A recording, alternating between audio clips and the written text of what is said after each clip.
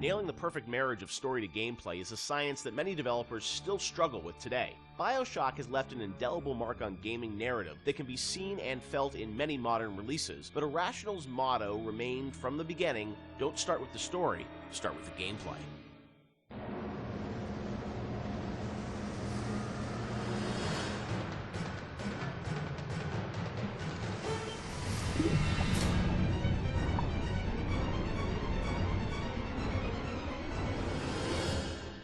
A lot of fans probably wonder about the process you go through in writing the story and the design for a game like BioShock. You've talked about how it evolves over time and what eventually ships is very different than your initial vision.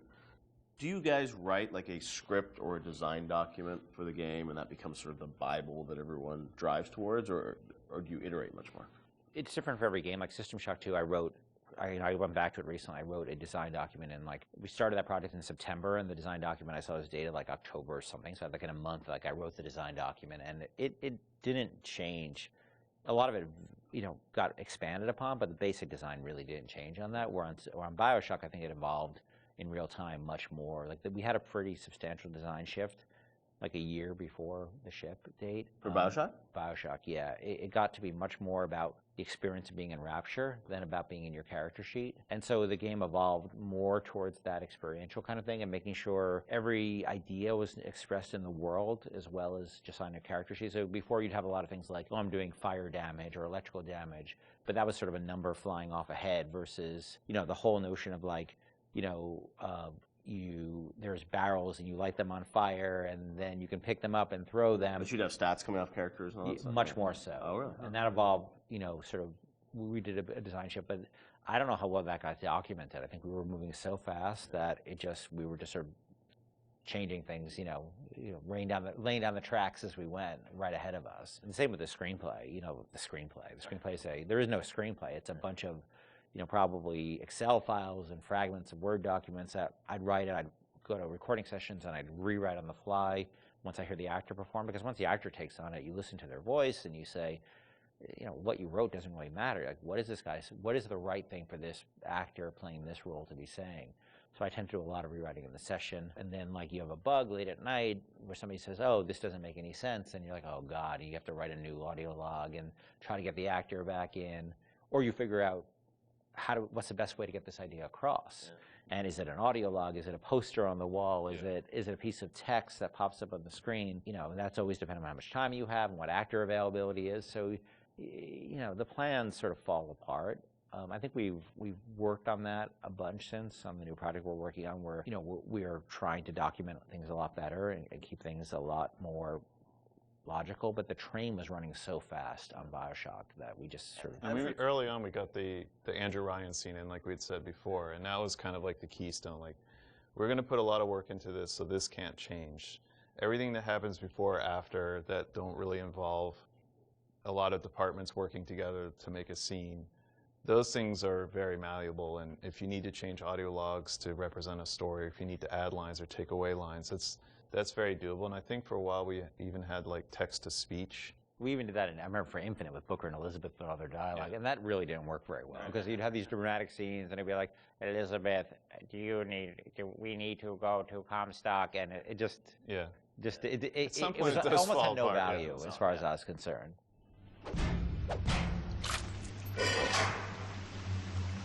Atlas radio down ahead says you're looking for an invite to the fisheries.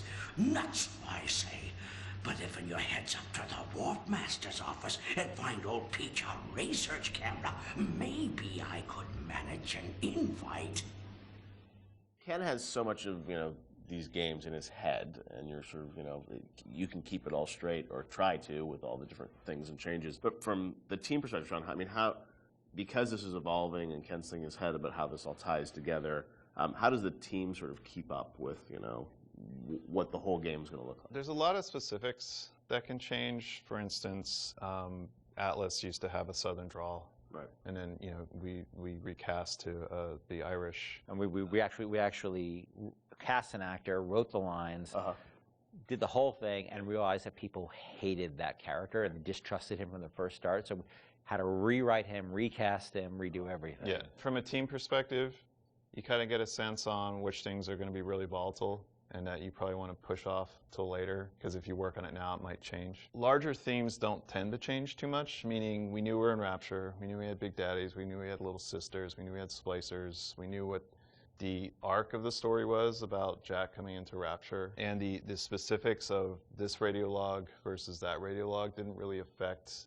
anyone outside the audio team at that time, because we could still build the environment. We still knew what the environment was. We still knew what the animations were. There are areas you learn just by working in the same space for a while that this scene, I'm not touching this yet because I know that it's going to get changed a lot. I think these themes are pretty nailed down, so I'm going to focus the team on getting these things done. I won't leave you twisting in the wind. We're going to need to draw her out of hiding, but you're going to have to trust me. The audio logs were, a great part of the game, and something that if you're a true fan, I mean, people really go in and listen to those and piece that all together. But I imagine there's a lot of work that goes into deciding, well, this is better for an audio log versus game dialogue, and there's the act of sort of cutting back and sort of saying, we need to be clear about what the narrative is for the game. What was that process like? I mean, the audio logs, were there things you added at the end, or were those, ideas that you had for the game, but then said, hey, maybe we'd demote these a little bit and make them audio logs?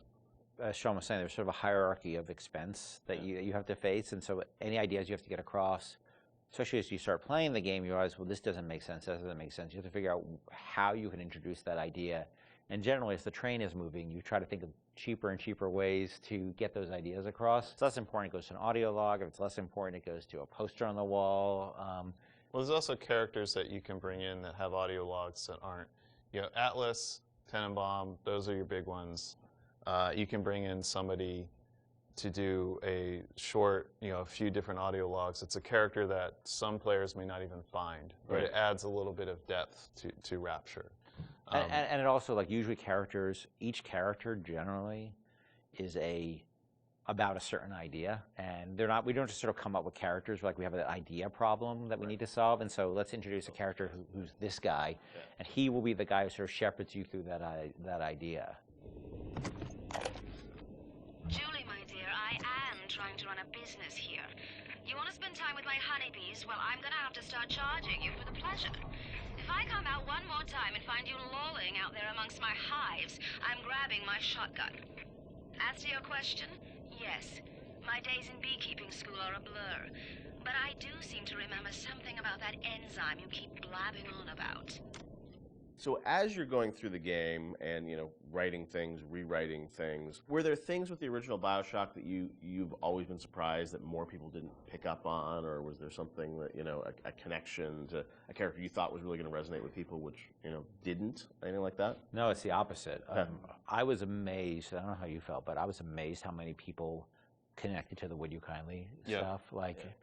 Because I think it was when I wrote that speech, I don't think anybody on the team was like, oh my God, this is really this or that. And I don't think I really had any sense that people were going to connect to it. I think we ended up sort of over time finding more ways to support the notion throughout the game. Yep.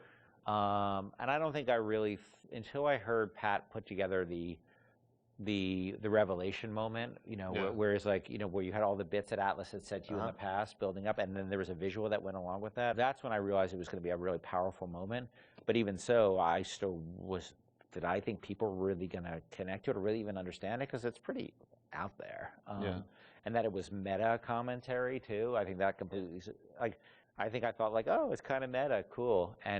But people connected to it in a much bigger way. Yeah, the choice and everything, and also just, being able to kind of roll back and think of all those other moments throughout the game. And so, a great revelation like that, they're few and far between in games where you sort of then you want to play it again, you're just like, oh wow, really, that does all make sense, right? Yeah, I think as a team, we were definitely proud of what we had done. But up till that point, SWAT 4 was the biggest game that we worked on, and we had no expectation of that anybody would pick this up. Or even BioShock cosplay. I remember the first cosplay I saw with the guy in the Big Daddy suit, and his little daughter was in the kitchen cabinet. I think that was the first one I saw. I was like, what? Whoa, people know this stuff, that's insane. Yeah, people were building these outfits, and that only expanded with Infinite. I mean, that sort of went crazy with Infinite, with people cosplaying Elizabeth and Luteces and Booker. It meant a lot to people, and I don't think that's something we ever saw coming, and we're deeply grateful for it, because it's one thing to make a game and get good reviews and stuff like that. It's another thing to have things that people are having their weddings themed around it, and their tattoos and naming their children after characters. You can't plan for that, and I think the only way that could happen is if you just make something that you're deeply in love with and passionate about. I can say we were. It was something there's a lot of passion on the team about, but we didn't know people were going to take away what they did. Would you kindly? Would you kindly? Powerful phrase. Familiar phrase. Would you kindly? Would you kindly get this? Would you kindly find that? Would you kindly find that? Would you kindly find? Would you kindly get this? Would you kindly head to Ryan's office and kill the son of a bitch? Part of the challenge with that, though, is when people love fiction so much and they dive into every word written in every audio log and try and connect all the fiction, make sure it all makes sense. Are there any things from that game that you sort of look back and it's like, oh wow, like we didn't explain this and we should have, or things that fans have misinterpreted over the years?